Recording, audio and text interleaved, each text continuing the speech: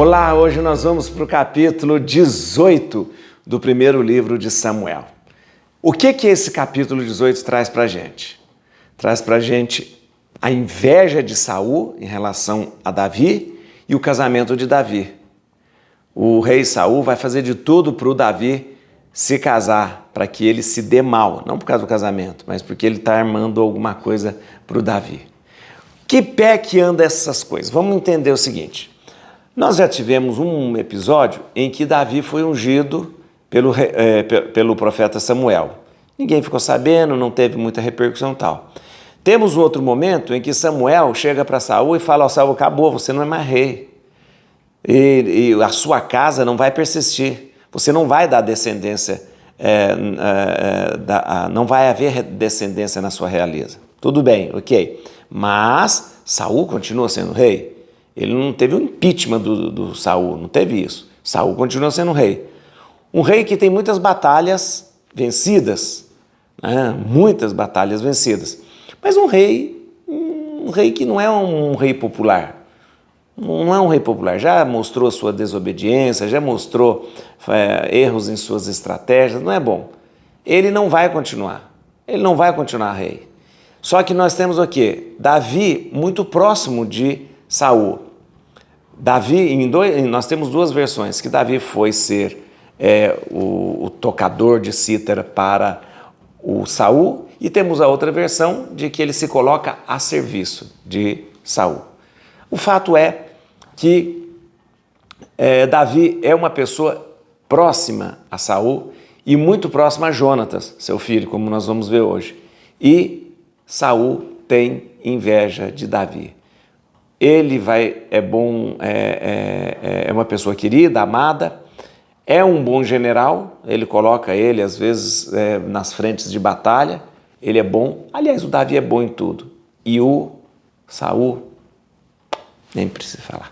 Vamos lá, vamos ler a palavra de Deus hoje para entender, vamos entender, compreender e aprofundar na palavra de Deus. Gente, importante é isso, leia comigo, leia, eu acho muito importante, a gente tem que ler e depois entendendo. Por isso, já falei, não importa a tradução da sua Bíblia, não importa a versão da sua Bíblia, a tradução, né?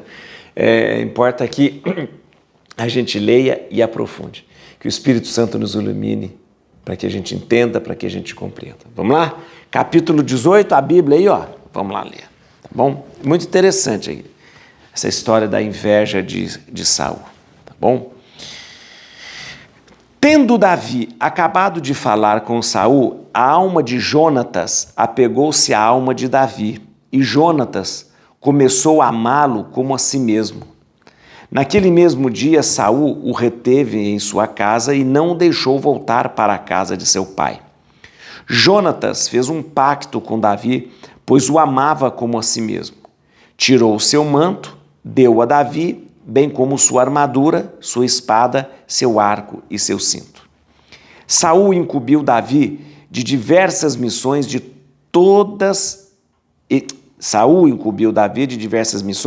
e todas foram muito frutuosas.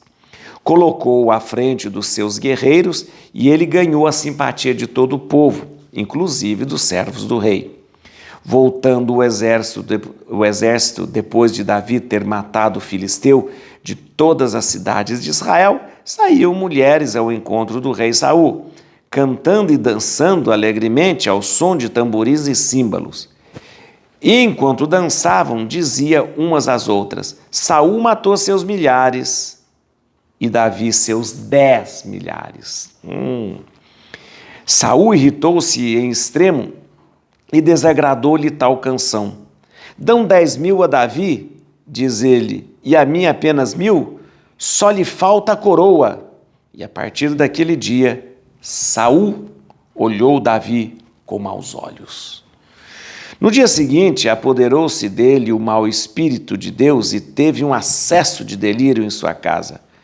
Como nos outros dias, Davi pôs-se a tocar a cítara. Saul, que tinha uma lança na mão, arremessou-a contra Davi, dizendo: vou cravá-lo na parede. Mas Davi se desviou do golpe por 2 vezes. Saul temia Davi, porque o Senhor estava com o jovem ao passo que se tinha retirado de Saul. Afastou então de si, estabelecendo-o chefe de 1000 homens, à frente dos quais Davi empreendia suas expedições. Saía-se bem em todas as suas empresas, porque o Senhor estava com ele. Saul, vendo-o tão engenhoso, teve medo dele. Mas todos em Israel e Judá o amavam, porque ele entrava e saía diante deles. Saul disse a Davi: Eis a minha filha mais velha, Merobe, que eu te darei por mulher, contanto que sejas valoroso e combatas nas guerras do Senhor. Saul pensava: não é bom que o fira a minha mão, mas antes a dos filisteus. Davi respondeu: quem sou eu? E o que é minha vida ou a família de meu pai em Israel, para que me torne genro do rei? Ora, tendo chegado o tempo em que Merobe, filha de Saul, devia ser dada a Davi, deram-na em casamento a Adriel, o molatita. Ora, Micol, filha de Saul, amava Davi, e contaram-no a Saul, que se alegrou com isso. Vou dar-lhe Micol, pensava Saul, para que ela lhe seja uma armadilha e ele caia na mão dos filisteus. Saul disse, pois, a Davi pela segunda vez: agora vais tornar-te meu genro. Ordenou aos seus servos que dissesse em segredo a Davi: o rei afeiçoou-se a ti e todos os seus servos te amam. Torna-te genro do rei. Os servos de Saul repetiram essas palavras aos ouvidos de Davi, mas este respondeu: parece-vos pouca coisa ser o genro do rei? Eu sou pobre e de condição humilde. Os servos de Saul referiram-lhe as palavras de Davi. Então Saul ordenou: falarei assim a Davi, que o rei só pede como dote 100 prepúcios de filisteus para vingar-se ao dos seus inimigos. Seu desígnio era entregar a Davi nas mãos dos filisteus. Transmitiram os servos a Davi essa mensagem, o qual se agradou da proposta de tornar-se genro do rei. Antes que expirasse o prazo fixado, Davi partiu com seus homens, matou 200 filisteus e trouxe seus prepúcios, entregando-os inteiramente ao rei para se tornar seu genro. Saul deu-lhe por mulher sua filha Micol. Ele compreendeu que o Senhor estava com Davi. Sua filha Micol o amava. O rei sentiu com isso redobrar o seu medo. Durante todo o resto de sua vida, ele detestou Davi. Cada vez que os chefes dos filisteus faziam incursões, Davi era mais bem-sucedido que todos os homens de Saul, e que deu ao seu nome grande fama. Gente, começou a velha história da inveja, Vamos lá. O que nós temos aqui? Temos uma história interessante aqui de um homem imaturo, invejoso, chamado Saul. Davi é o bambambam. Todo mundo gosta do Davi, todo mundo acha ele o máximo, todo mundo, se Davi tivesse hoje, todo mundo ia seguir o Davi no Instagram, todo mundo. E o Davi era o máximo. Davi estava a serviço do rei. E nós já vimos que Davi tinha essa história de tocar harpa, tocar cítara. Aliás, um dos símbolos de Davi é justamente a sua cítara, As imagens de Davi, ele com uma cítara. Em hebraico é knor. Knor é a cítara. Igual do caldo quinor mesmo. Caldo quinor. Knor, aquela cítara. E é interessante que naquela época, na antiguidade, eles acreditavam que tocando a cítara você podia acalmar os espíritos e expulsar os espíritos maus. Como o Saul era uma pessoa meio desequilibrada, e a gente percebe que ele passava por um momento difícil de desequilíbrio emocional, as pessoas atribuíam esse desequilíbrio emocional do Saul ao fato de ter espíritos maus. Então, quando dava essas crises no Saul, o Davi tocava cítara, porque acreditava-se que tocando a cítara, knor, né, você poderia espantar os espíritos e acalmar, né, a alma do rei. Ora, ora, ora, ora. Isso não era nada de espírito, isso era inveja pura. Davi estava crescendo, crescendo, crescendo, crescendo. Estava a serviço do rei, estava junto do rei. Mas Davi tinha uma amizade enorme com Jonatas. Os dois eram muito amigos, mas muito amigos, muito amigos. E essa amizade de Jonatas tem um significado especial.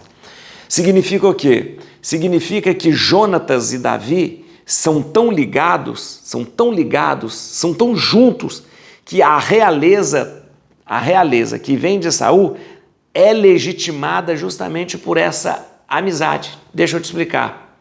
Quem é que deveria ser o rei pela linhagem natural? O Jonatas, que era filho de Saul. Ora, mas Deus já tinha determinado que a linhagem de Saul não seria rei. Para a gente legitimar que a linhagem do rei vai para Davi, né, a Bíblia nos conta dessa amizade impressionante entre Davi e Jonatas. Né? Os dois eram muito ligados, muito ligados. Até tem um momento, vou explicar para você depois, que Davi dá para ele todas as suas armas, capa, espada, tudo, escudo, tudo, como que passasse para Davi, né? Passasse para Davi o direito de receber a coroa, né? Então os dois eram muito amigos, aquela coisa toda, pá. E o Saul cada vez mais com inveja, cada vez mais com inveja, cada vez mais com inveja. Falou, eu tenho que acabar com esse Davi, gente. O que eu vou fazer para acabar com esse Davi? O que eu vou fazer? Uma vez, aqui eu conto, o Davi, ele teve, ele estava com tanta crise, tanta raiva, e daquele jeito, numa crise terrível de desequilíbrio emocional ali, e o Davi tocando a harpa, tocando, para ver se ele acalmava o piti do rei, né, dando piti lá, aquela coisa. O rei Saul pega uma lança e investe contra Davi. Olha, Davi desarmado, tocando uma cítara. Se eu fosse Davi, eu dava com essa cítara na cabeça do rei. Mas ele se esquiva e o rei Saul tenta de novo, dá uma coisa, 2 vezes tentando matar o Davi. Ora, ele ataca Davi desarmado. Olha que covarde. Desarmado, né? Mas tudo bem. Mas aí ele pensou de outro jeito. O que eu vou fazer? Eu vou acabar com esse Davi de outro jeito. Vou dar minha filha para ele casar. Aí ofereceu a Merabe. Para casar. Contanto que ele se colocasse numa batalha. Aí o rei Saul transformou o Davi num chefe de 1000. Chefe de 1000 o que é? Chefe de 1000 homens, né? Ou seja, comandante de 1000 homens ali.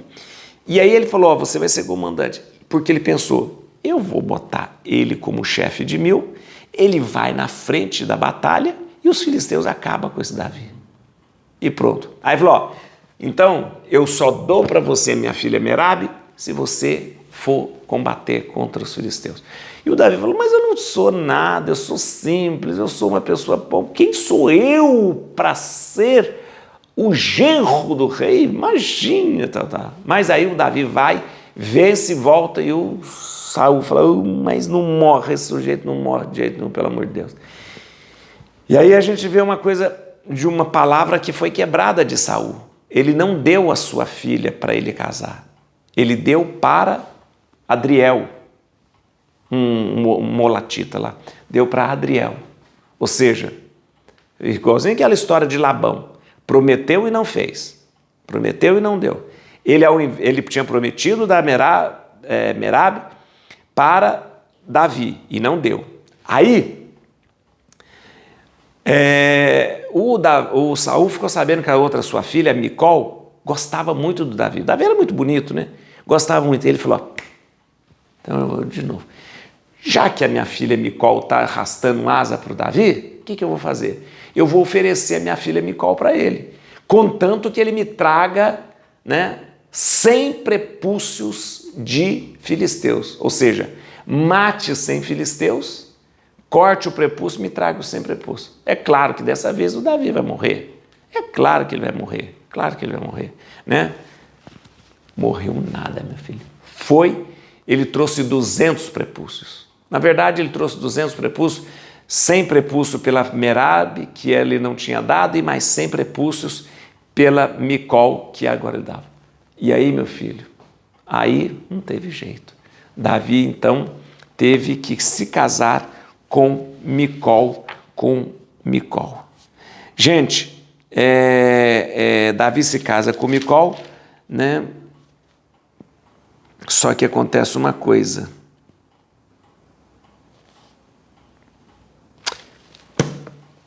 O medo que Saul tinha de Davi aumenta e aumenta mais. Atrás do medo, inveja. Saul sabe que ele não vai, a sua linhagem não continua como rei. Saul sabe que ele não é amado pelo povo. E Saul sabe que ele tem ali do seu lado uma pessoa que todo mundo gosta. A maldita inveja. Né? Vê o outro se dando bem e não gosta. Vamos lá que tem alguns versículos para a gente entender e aprofundar. Vamos lá, versículo 4. Muito bem, o que é o versículo 4? Tirou o seu manto, deu a Davi, o Jonatas, né? Tirou o seu manto, deu a Davi, bem como sua armadura, sua espada, seu arco, seu cinto. Ora, gente, isso aqui, o que a Bíblia está querendo dizer? O que a Bíblia está querendo dizer aqui? Espera aí. O Jonatas entrega todas as suas armas, entrega a armadura, entrega a espada, entrega a lança, entrega tudo e dá para Davi? O que a Bíblia está querendo dizer aqui? A entrega das armas de Jonatas para Davi tem um caráter simbólico. É como se ele passasse para Davi o direito de receber a coroa. Como eu disse para você antes, quem é que deveria receber a coroa quando Saul morresse? Jonatas, o seu filho. Só que a gente já sabe que a linhagem de Saul não vai continuar. Então a Bíblia passa para a gente aqui o seguinte: Jonatas passando para Davi todas as suas armas, como um símbolo de que ele passa para Davi o direito de receber a coroa. Ok? Ok, né? No versículo 6, voltando o exército, depois de Davi ter matado os filisteus de todas as cidades de Israel, saiu as mulheres ao encontro de Saul, ao encontro do rei Saul, cantando e dançando alegremente ao som dos tamborins e símbolos, e cantava as maravilhas. Olha, aqui tem uma coisa. O pessoal ia cantar, Davi matou, o Saul matou 1000, mas o Davi matou 10.000. Ou seja, o que é isso aqui? É uma maneira de dizer que o povo via um valor em Saul, que ele era um bom combatente, combateu, protegeu o povo, mas via que Davi era muito mais. Então todos gostavam de Davi, muito de Davi e menos de Saul, né? As mulheres e o povo se alegrando com Davi em suas voltas das batalhas. Então, havia várias batalhas que iam os exércitos, e nas voltas das batalhas, Davi era aclamado. E a Davi era aclamado e o povo falava: opa, Saul é muito bom, mas Davi é melhor. Começo da inveja, tá? Versículo 10. Cadê versículo 10? No dia seguinte, apoderou-se dele o mau espírito de Deus e teve um acesso de delírio em sua casa, como nos outros dias. Davi pôs-se a tocar a cítara. Saul, que tinha uma lança na mão, arremessou contra Davi, dizendo: vou cravá-la na parede. Mas Davi se desviou do golpe por 2 vezes. Ou seja, quando ele começou a dar o piti, de conta lá, o Davi, coitado, começou a tocar a cítara para acalmar o espírito do rei. Mas ele estava numa crise de ciúme danada, de inveja danada, e ele tenta matar a Davi por 2 vezes. E Saul ataca Davi desarmado. Como eu disse, covardemente. Como ele viu que não conseguiu fazer isso com Davi, né? Ele vai tentar o quê? Ele vai tentar botar Davi na frente de batalha contra os filisteus, para os filisteus matarem Davi. E faz isso 2 vezes. uma vez com Merab, que é sua filha, e outra vez com Micol, a outra sua filha. E aí nós vamos entender uma coisa, vem cá no versículo 17. Saul disse a Davi: eis a minha filha mais velha, Merobe, que eu te darei por mulher, contanto que sejas valoroso e combatas nas guerras do Senhor. Saul pensava: não é bom que eu fira a minha mão, mas antes a dos filisteus. E aí o que acontece aqui? O que eu contei para você, que ele vai, combate e tal, e Davi e Saul não cumprem a sua palavra, não dá a sua filha Merabe para ele. Depois ele sabe da Micol, que está apaixonada por ele, pelo Davi, e oferece Micol pedindo mais 100 prepúcios. Aqui acontece o quê? Acontece uma coisa interessante. Cadê eu de novo? Agora, onde que tu viu? Eu anotei errado aqui.